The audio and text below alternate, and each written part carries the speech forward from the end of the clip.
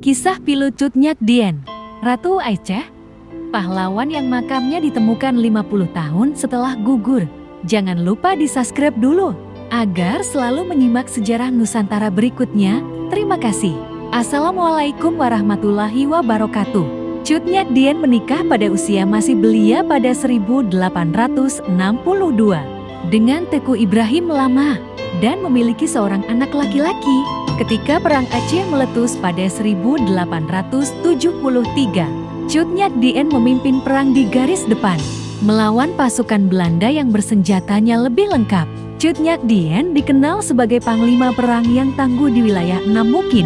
Setelah bertahun-tahun bertempur, pasukan yang dipimpin Cut Nyak Dien makin tergesa.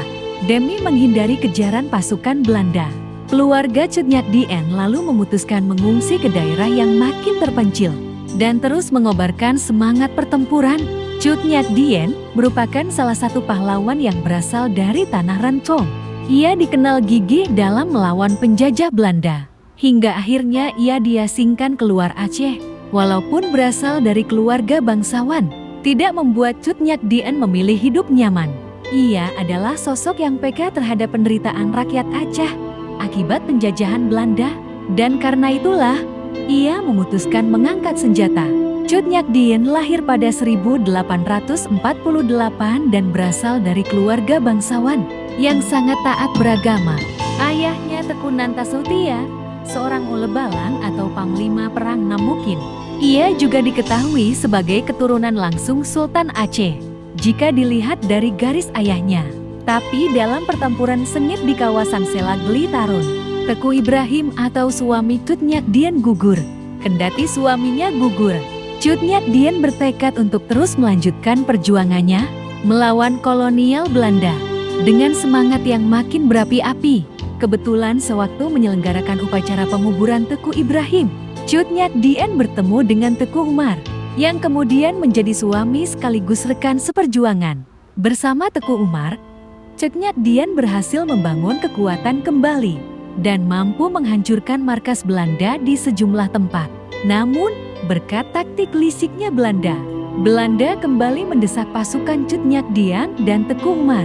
Di tengah perang yang berkecamuk, pasangan Cut Nyak Dien dan Teku Umar mempunyai seorang putri, Cut Gambang, yang ketika dewasa dinikahkan dengan Teku Dibukep, putra Teku Cik Ditiro yang juga pejuang dan pahlawan Aceh. Dalam perjalanan hidup mereka, anak dan menantu Cut Nyak Dien itu akhirnya juga gugur di medan perang. Ujian berat kembali dialami Cut Nyak Dien ketika pada 11 Februari tahun 1899 Teku Umar gugur.